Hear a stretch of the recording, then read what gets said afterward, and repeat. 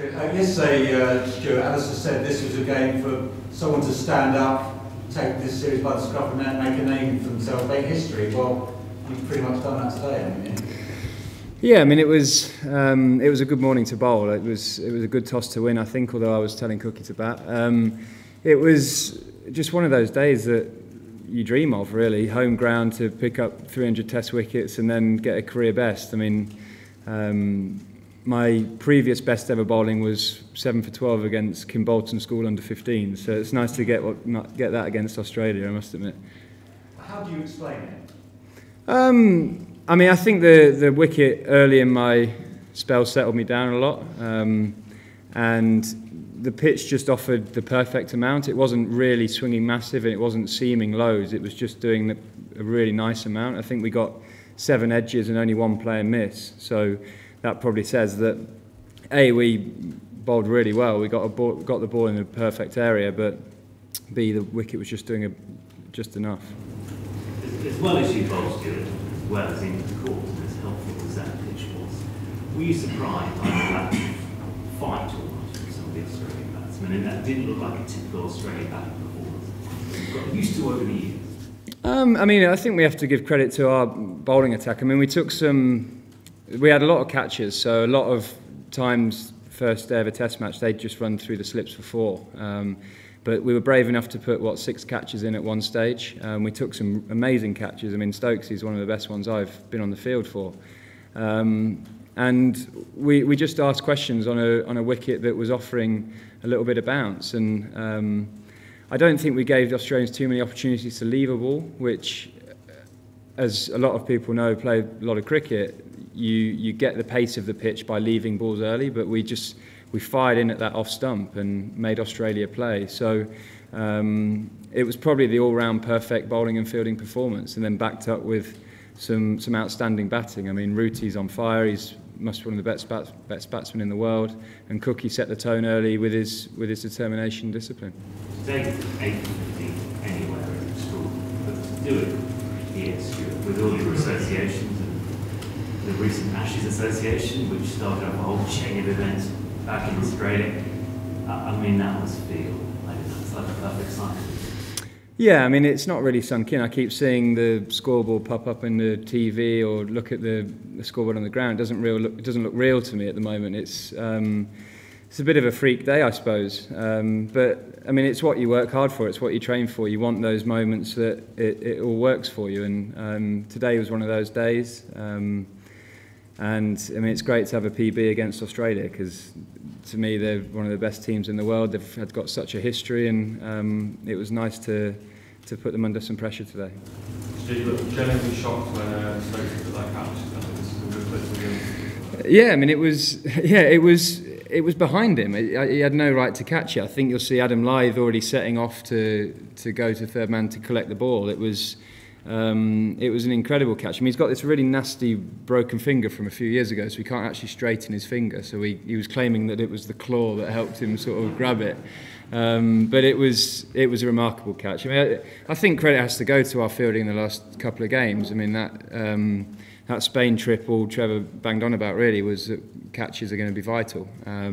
And he worked the guys extremely hard over there, and I think it's paying off because we're taking half chances. I mean, Routie's at Edgbaston that third morning was a half chance. Stokesy's today was a half chance. So it gets you in strong positions, and we're having fun out there. You can see with the smiles on the faces. You can see guys are genuinely like excited for their teammates to do well. So that's always a good place to be.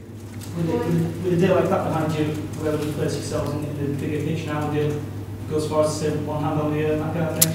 No, I mean, we've been conscious all week just to not really talk about winning the Ashes, etc., because I think that mentally takes you to quite a dangerous place. So we've been very focused on making sure it's been all about us this week. And again, Cookie said at the end of the day's play, let's enjoy the next hour in the changing room. We've had a fantastic day, probably one of the best days England have had in the Ashes ever. But let's reset for tomorrow because Australia will fight back. That's the sort of characters they are. And we want to try and back them out of the game because the wicket, when the sun came out, got flatter, and scoreboard pressure will be vital for us in that third innings. You was a word about your sort of relationship with Otis.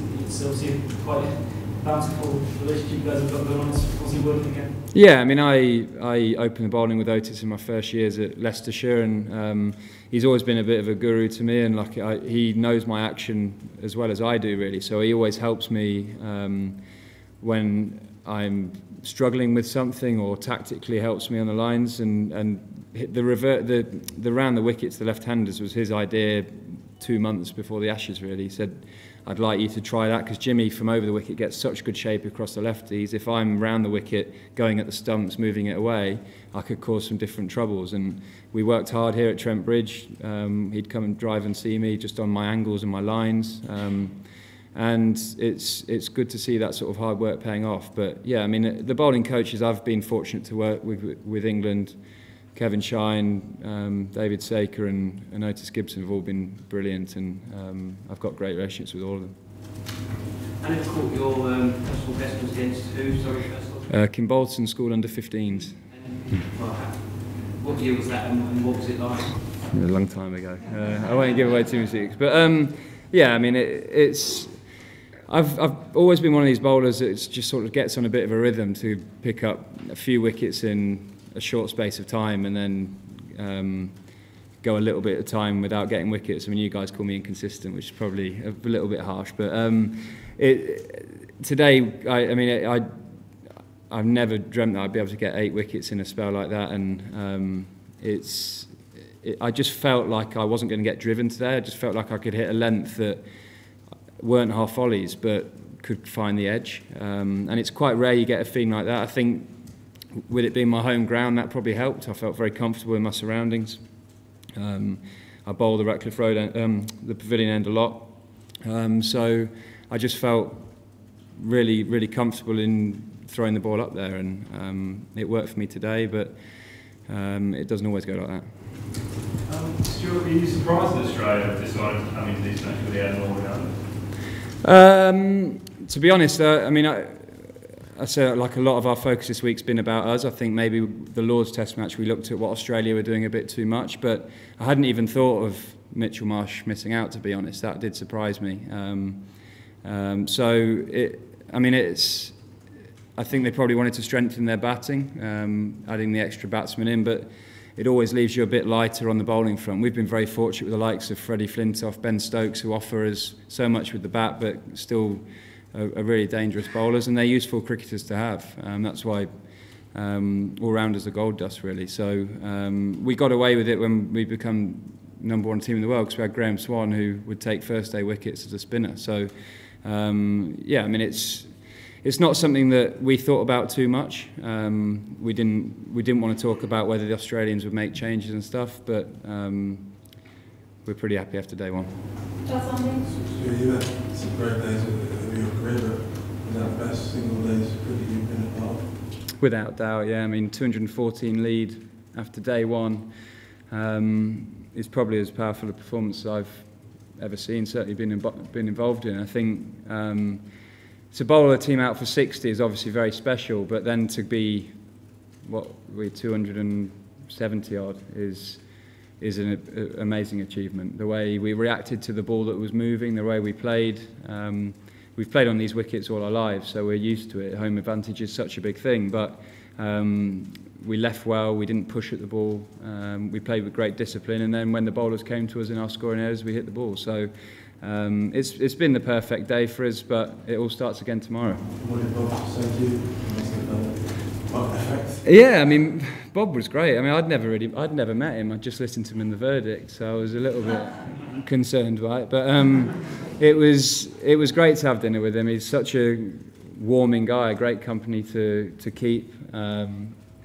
He's good wine choice as well. So yeah, I mean, I really enjoyed spending time with him. I think even the younger guys who maybe if you watched him on the verdict had a different idea about what he was like, but he's completely different. And he offered advice about his fitness levels, how he kept them up, sort of aggressive bowling, all that sort of thing, and he was great to listen to. And I think it's actually been such a good thing in the last year, the team getting closer to past players, because it just opens up the whole communication. I mean, having Beefy in after Cardiff for a glass of wine when we'd won, it it makes everyone feel more comfortable around each other, and there's no real secrets. It's just how can we help the England team get better, and that's quite a powerful thing. I mean, Bob genuinely was desperate for England to win this Ashes series, and that spurs guys who haven't played a lot of Test cricket on to see a bloke who's got 325 Test wickets desperately supporting the England cricket team. So I think it's been a great move from Morsey originally, Straussy coming in to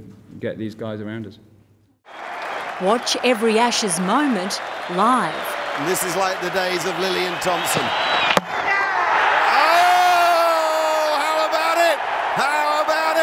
Buy your live pass at cricket.com.au/subscribe.